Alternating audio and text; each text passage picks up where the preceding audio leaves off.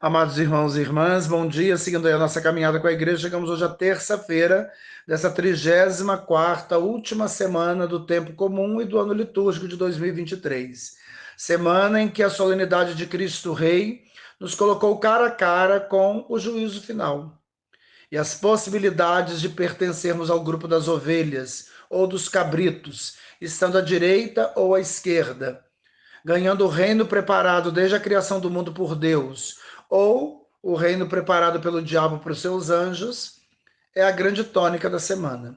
Olhando a nossa vida e o caminho percorrido até aqui, somos convidados a perceber, a partir daquilo que a gente vive, da forma como nós vivemos, das escolhas que fazemos, né, de que lado hoje a nossa vida se encontra. E se percebermos não estarmos do lado de Deus, para nós hoje é o momento, agora é o momento. Salmo 94, se agora ouvirmos a palavra e deixarmos a palavra entrar no nosso coração e movimentar a nossa vida na sintonia dela, tudo estará dentro daquilo que Deus espera. Depende de nós. Cantemos.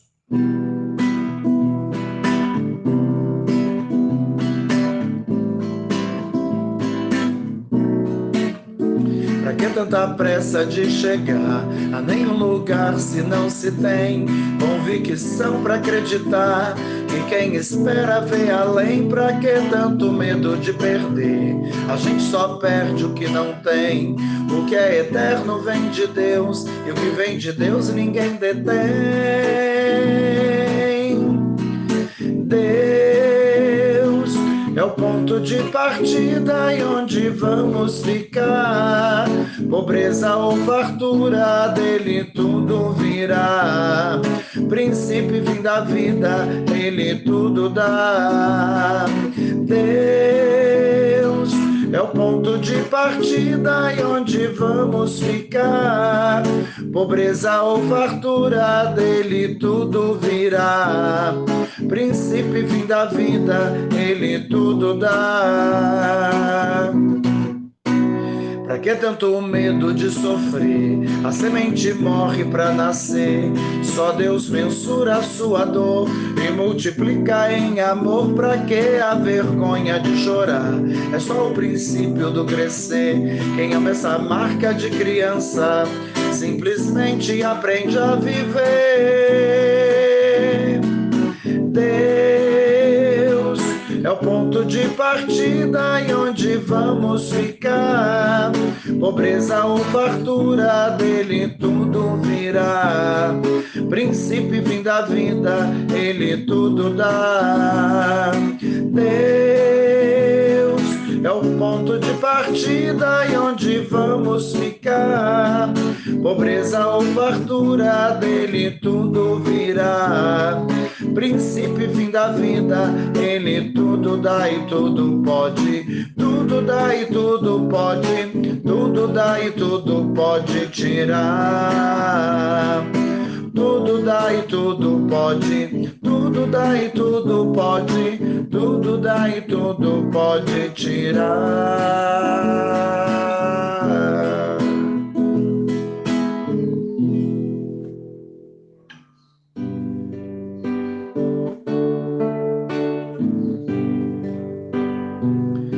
A nós descei divina luz, a nós descei divina luz, em nossas almas acendei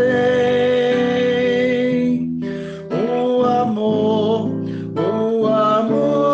de Jesus. Em nossas almas acendei o amor de Jesus. Vinde, Santo Espírito e do céu, mandai luminoso raio, vinde, Pai dos mortos, pobres, doador dos dons, luz dos corações, luz dos corações. A nós descei divina luz, a nós descei divina luz, em nossas almas acendei o amor de Jesus, em nossas almas acendei o amor de Jesus.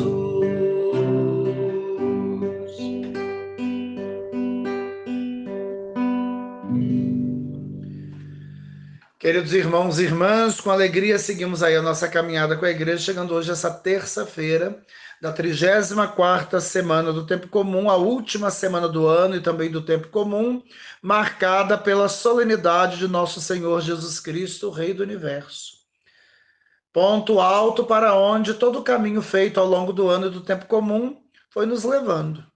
Todo o caminho feito ao longo desse tempo foi com o objetivo de nos levar ao encontro de Jesus Cristo, declarado Rei do Universo.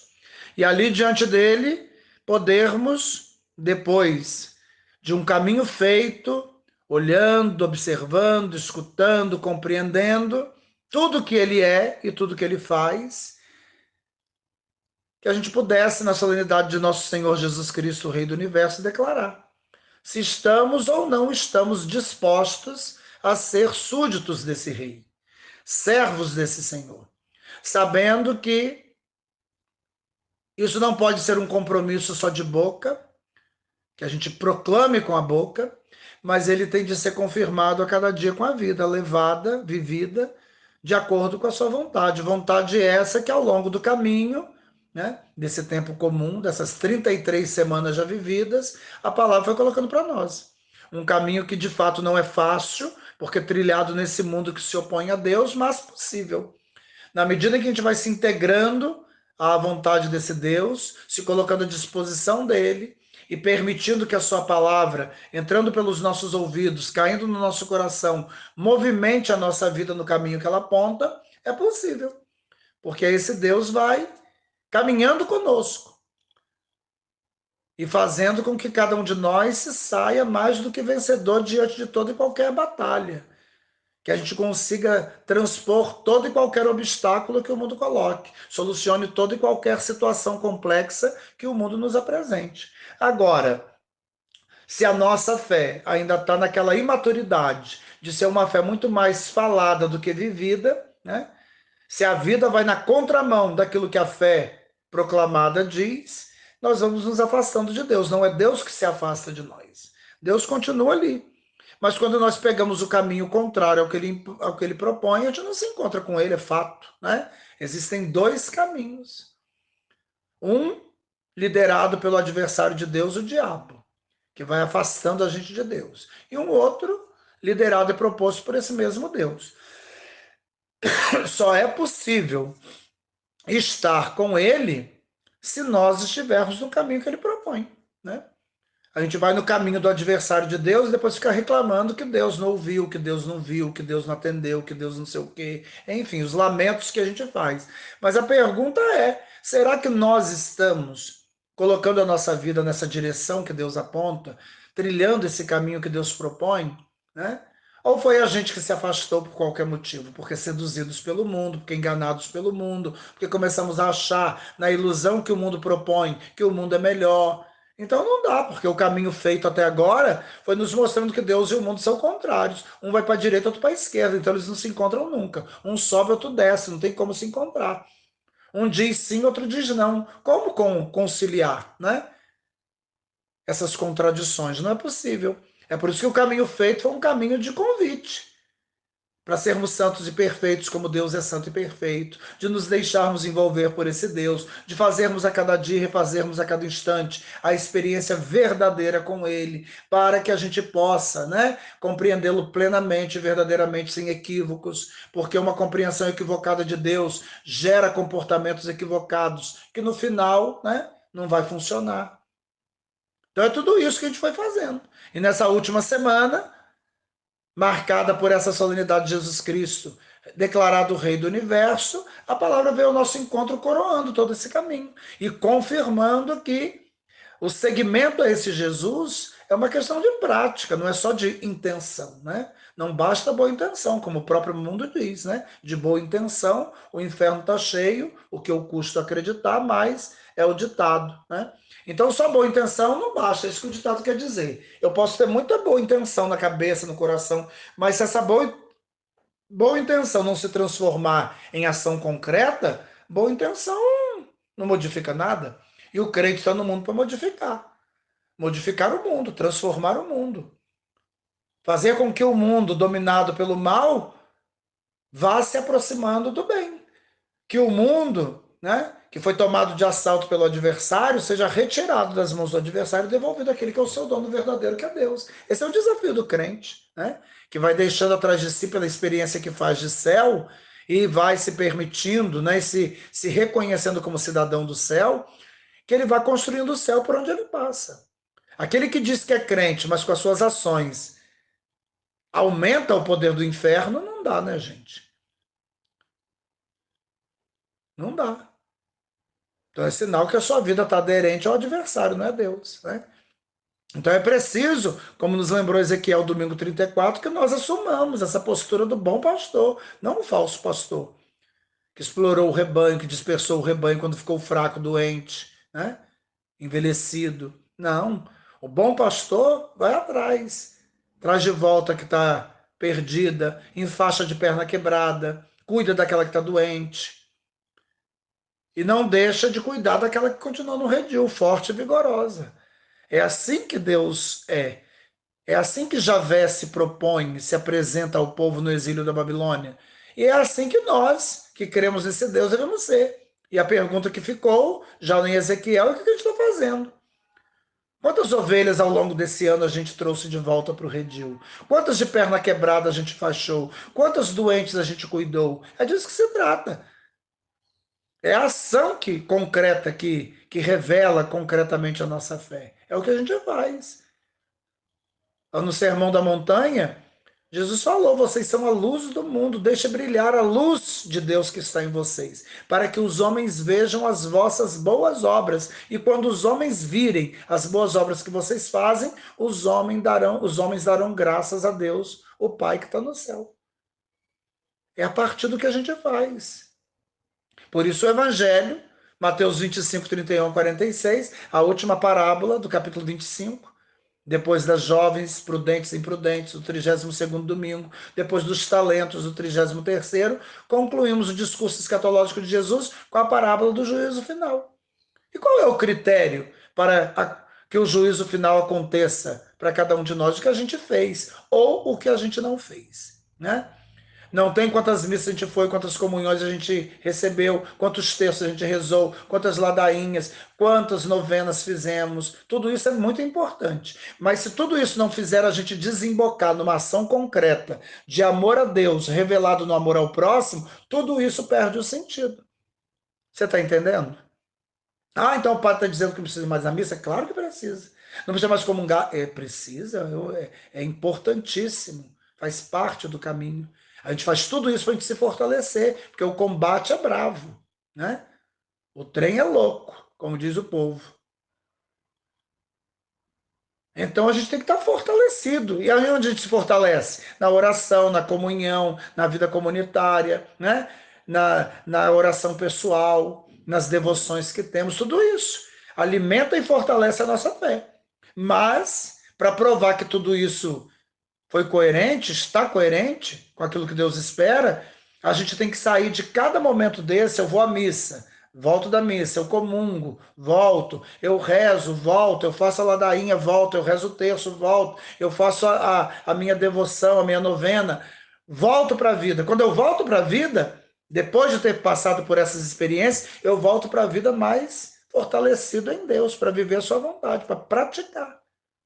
Eu me fortaleço para praticar, porque fraco não pratico. Se eu não praticar, tudo aquilo que eu fiz antes para me fortalecer, perdeu o sentido. É por isso que o juízo final é muito claro. Uma parábola simples na sua, né, no seu lado positivo e para reforçar também o lado negativo. É simples. Você fez ou você não fez? Você percebeu ao longo do caminho feito comigo que eu me revelo no outro? Eu fiz o outro a minha imagem e semelhança, diz Deus. Eu estou no outro. E de modo muito particular naquele outro que mais precisa, que o mundo explorou, que o mundo excluiu, que o mundo escorraçou, que deixou haver navios, né, à beira da estrada abandonado. Ali eu estou com mais veemência pedindo socorro, querendo ser reconhecido por você. Você me reconheceu? Quando eu estive com fome, com sede, nu, peregrino, doente, preso. Você foi lá, me ajudou, me socorreu, ouviu o meu grito? Se sim, vinde benditos do Pai. Tomem posse do reino preparado para vocês desde a fundação do mundo. Se não, a sua vida foi uma mentira. E o pai da mentira é o diabo. Para longe. Para o fogo eterno, preparado pelo diabo para os seus anjos, para os seus seguidores. Cada vez que você fez uma dessas coisas, um dos meus irmãos mais pequeninos, a mim você fez. Cada vez que você não fez, foi a mim que você não fez. É tudo muito claro. Quem não entendeu, né? E São Paulo aos Coríntios, primeira carta dele, capítulo 15, né? 20 a 26, depois do 28, deixa claro isso. Qual é a nossa vida de crente? O que se espera de nós que cremos? É que nós, com a vida que levamos, experimentada nesse Deus, que a gente vá possibilitando que esse Deus se torne tudo em todos. É disso que se trata. A minha passagem por qualquer lugar, os meus encontros com quaisquer pessoas, tudo isso tem de deixar atrás de si o rastro de Deus. Aonde Deus não está, eu, crente, se estiver, levo. E se eu não estiver, eu vou. Se não for ambientes onde eu costumo estar, eu vou lá. Se eu sei que Deus não está lá. Porque a minha missão de crente é essa aí, e fazer Deus se tornar tudo em todos. Ajudar esse Senhor Jesus, esse Rei Jesus, a devolver o mundo para Deus, que é o seu dono. A lutar contra os adversários, os inimigos, né? Essas forças ocultas que movimentam o mundo. A mudar o coração das pessoas, a trazer as pessoas para esse Deus. Fazê-las experimentar o amor infinito e misericordioso de Deus. É a minha missão, é a sua missão, é a missão comum a todos nós, seja qual for o estado de vida que nós abraçamos. Então, essa semana é muito importante por isso. E a gente chega hoje a essa terça-feira. E a palavra não é diferente. Estamos essa semana vendo a primeira leitura do profeta Daniel. Esse profeta Daniel, que é, né, a escritura de Daniel, é contemporânea à dos Macabeus, que semana passada nós vimos. O contexto é o mesmo. É aquele domínio de Antíoco Epífanes IV, né, que quer impor a cultura grega. E para isso usa as duas estratégias possíveis que o poder tem para usar. Primeiro, a sedução, oferecendo as benesses, né, que os impérios desse mundo possuem. Glória, prestígio, dinheiro, ouro, prata, amizade com o rei. E quando percebe que as pessoas não aceitam, alguns não aceitam, vem com a máquina destruidora que o poder desse mundo tem. De prisão, de questionamento, de tortura, de morte. Quem é que resiste? Resiste aqueles que, experimentados em Deus, descobrem que Deus é mais. Como diz o bom e velho ditado, mais tem Deus para dar do que o diabo para tirar. Por isso os crentes não temem o mundo. Não cedem ao mundo com as lisonjas que vem oferecendo. E quando o mundo se rebela contra, também não cede. Porque o próprio Jesus falou, não tenhas medo daqueles que matam o corpo, mas não pode fazer mais nada que isso. Então o livro de Daniel é um livro dessa época, apesar de fazer um retrocesso histórico e ambientar o livro lá na época do exílio na Babilônia. Mas tudo aquilo que o exílio da Babilônia representou era lido com relação à realidade que o povo estava vivendo ali nos anos 167, 165 a.C. nesse governo cruel, nesse domínio cruel de Antíoco Epífanes IV. Hoje, né, ontem tivemos a apresentação, a ida nela, a levada desses jovens para a corte de Nabucodonosor, como que esses jovens se mantiveram fiéis a Deus, não aceitaram comer do banquete do rei, comeram só legumes e beberam água, e ficaram mais fortes e mais inteligentes do que todos os outros. Foram, de fato, né, colocados em postos importantes dentro do palácio, e hoje Daniel vai ter a primeira missão. O rei vai ter um sonho enigmático, vai ficar perturbado com esse sonho, e ninguém dos sábios da corte do rei Nabucodonosor vai conseguir decifrar, só Daniel, a quem Deus deu o dom da interpretação dos sonhos. E o sonho de Nabucodonosor hoje revela a fragilidade dos impérios, que vão se sucedendo um ao outro e vão dominando o povo de Deus, mas vão acabando. O povo de Deus vai passando, os impérios vão acabando, porque um vai comendo o outro, porque no mundo é assim, né? No mundo, nós vamos alimentando o bicho que mais tarde, maior do que nós, nos engole. Os governos, os impérios são assim historicamente. Pode fazer um estudo aí da história, né? Alguém sobe ao poder, conquista o poder, a ferro e fogo, passa ali alguns anos e no seu meio mesmo, nos seus vizinhos, outro daqui a pouco vai despontando, comendo pelas beiradas, daqui a pouco destrói, toma posse de tudo. É assim que é. Então o sonho que o rei teve hoje demonstra exatamente isso. Ele sonha com aquela estátua, né, que tem partes do corpo de um material específico, cada parte é de um material específico, ouro, prata, chumbo, ferro, barro, né? E essa estátua parece uma coisa assombrosa, mas ela tem pés de barro. Parte dos pés dela, que são a base, é de barro. E de repente, ao lado, uma pedrinha no alto de uma montanha que ninguém tocou se desprende. Lá do alto da montanha vem uma pedrinha. E na velocidade, na medida em que vai descendo da montanha, vai ganhando velocidade e bate nos pés dessa estátua, que é poderosíssima, que apavora. E como os pés são de barro, uma parte dela, parte deles, esses pés se quebram e quebrando os pés, toda a estátua se quebra. E daquela pedrinha inocente, que desprendida do alto da montanha sem ninguém tocar, que vai para o lado, uma montanha nova surge. E o rei ficou perturbado com aquilo. E chamou Daniel, que tinha o dom da interpretação dos sonhos, para interpretar, e Daniel interpretou. Essa estátua representa todos os poderes, desde você até Antíoco Epífanes IV, esse cruel que hoje domina a gente. Mas é tudo reinos do mundo que passam. E mais cedo ou mais tarde, aquilo que é de Deus vai vencer, porque a pedrinha que se desprende do alto da montanha e que ninguém empurra, ninguém toca, não tem movimentação humana nenhuma, é a pedrinha que vem de Deus, que parece pequenininha, insignificante. Me lembra até as parábolas do capítulo 13 de São Mateus, sobre o reino de Deus. É como um grão de mostarda, pequenininho, fermento na massa, pouquinho. Mas se for jogado na terra, vira uma árvore grande. Se for misturado nas porções de farinhas, fermenta toda a massa. É a pedrinha, que ninguém dá nada por ela. O que é uma pedrinha diante de uma estátua que apavora, forte e vigorosa? Porque de ouro, de ferro, de chumbo, de prata, do que for, mas pés de barro. Quem tem pés de barro pode ter muito poder, mas é aparente. Se os pés forem quebrados, todo prédio cai. É assim que é.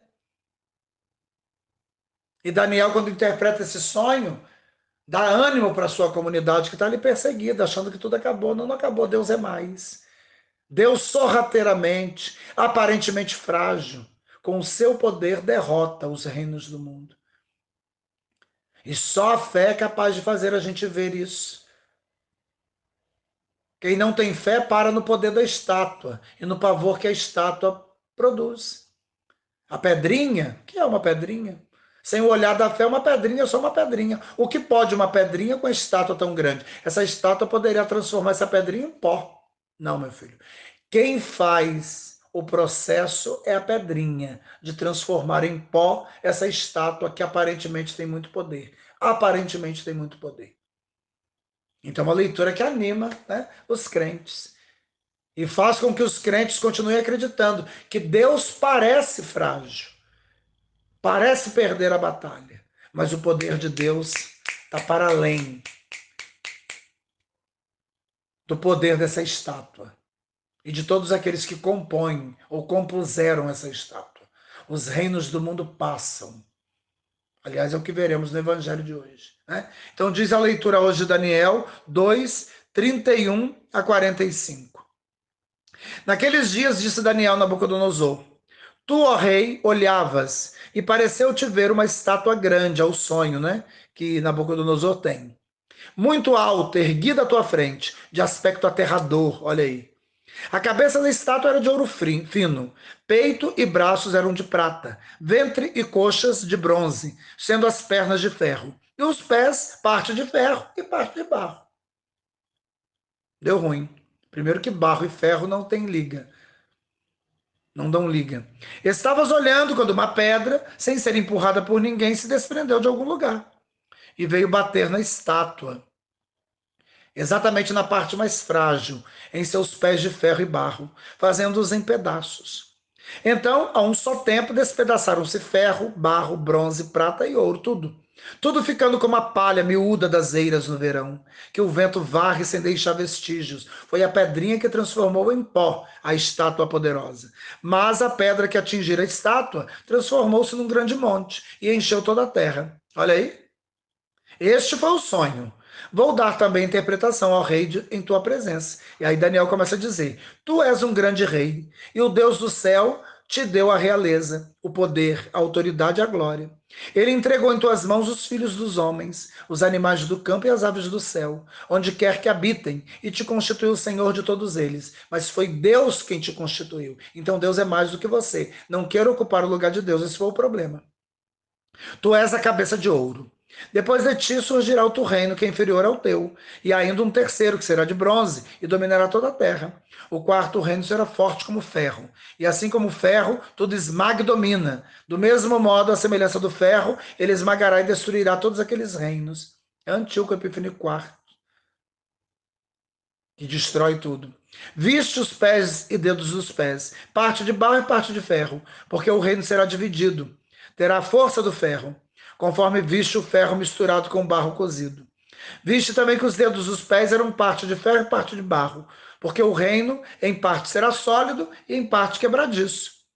Quanto ao ferro misturado com barro cozido, haverá de certo ligações por via de casamentos, mas sem coesão entre as partes, assim como o ferro não faz liga com o barro. Olha aí, tudo de fachada.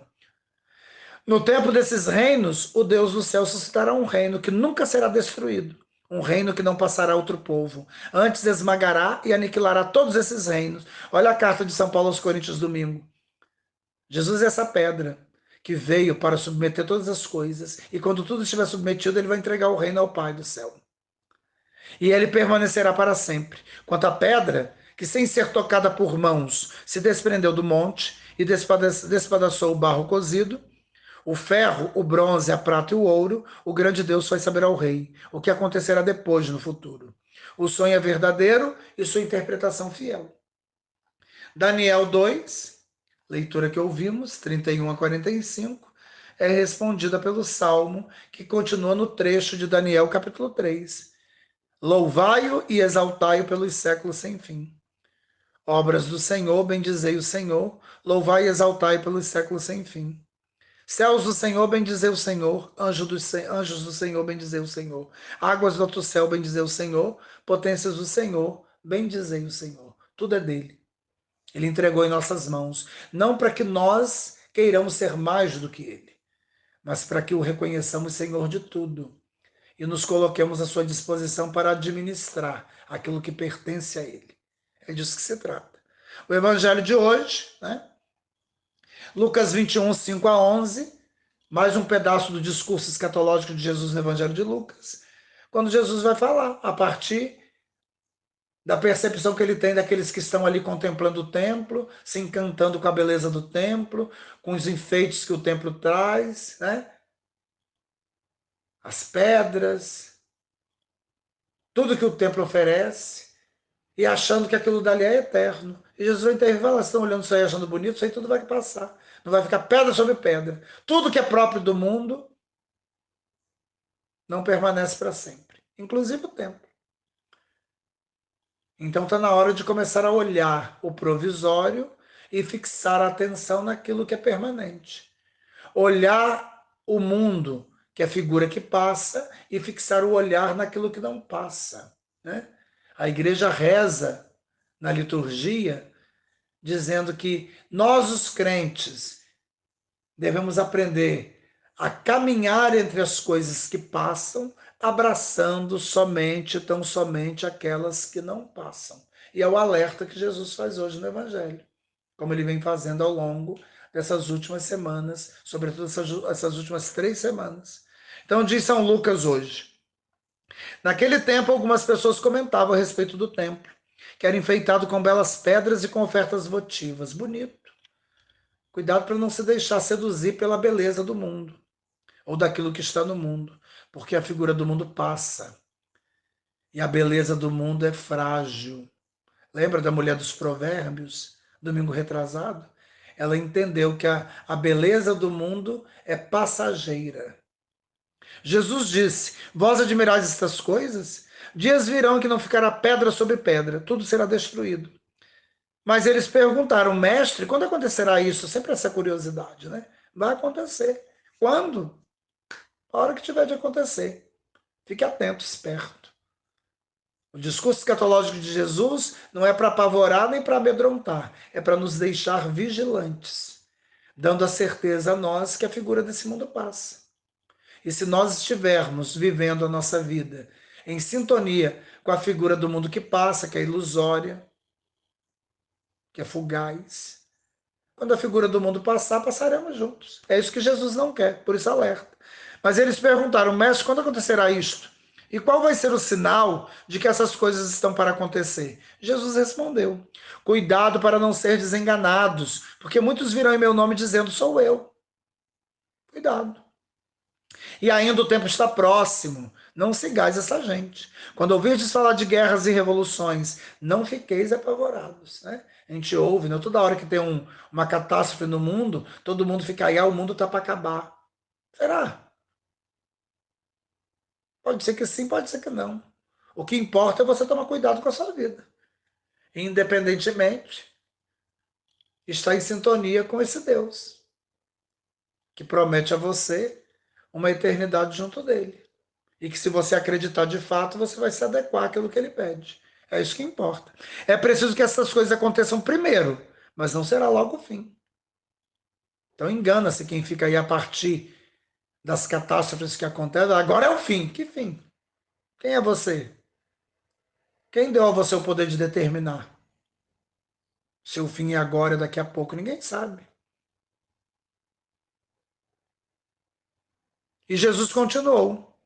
Um povo se levantará contra outro povo, um país atacará outro país, haverá grandes terremotos, fomes e pestes em muitos lugares. Acontecerão coisas pavorosas e grandes sinais serão vistos no céu. Mas não será ainda o fim.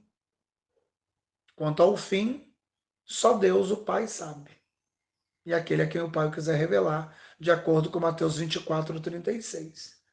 A nós cabe, tendo em mãos essa notícia, essa informação, viver atentos, porque a qualquer momento, que pode ser daqui a pouco, ou pode ser ano que vem, daqui a 10 anos, 20, 30, sei lá quantos anos, em algum momento, será o fim. Sei que o fim vai chegar. Quando não interessa. E enquanto não chega, eu vou usando esse tempo para estar cada vez mais preparado. Lâmpadas cheias de óleo, talentos multiplicados e o amor que me leva a servir aqueles que precisam, dando de comer a quem tem fome, de beber a quem tem sede, vestindo nu, acolhendo em casa o peregrino, cuidando do doente, visitando o preso. Gasto meu tempo fazendo o bem, me colocando a serviço daqueles que precisam. Estou fazendo isso? Está tudo certo. Que Deus nos ajude, assim seja.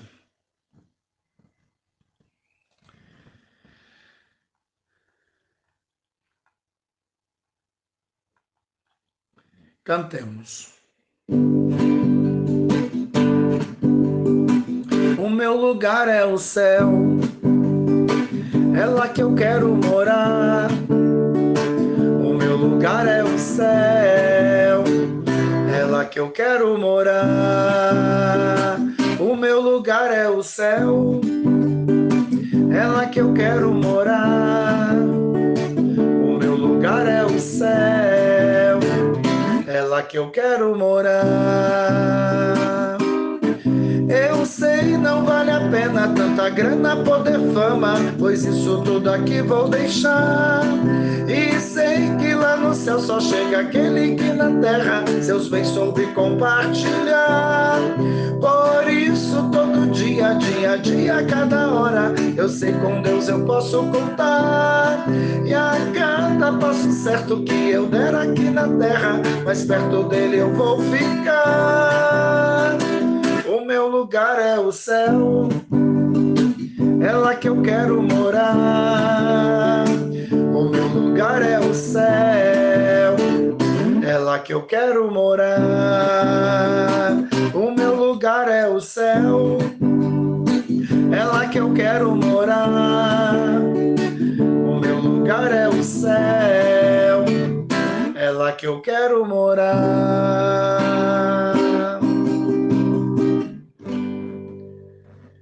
Se é lá que eu quero morar, devo construí-lo aqui e agora, entre os meus, na vida que levo, nos ambientes que frequento, com as pessoas com as quais a cada dia eu vou me encontrando.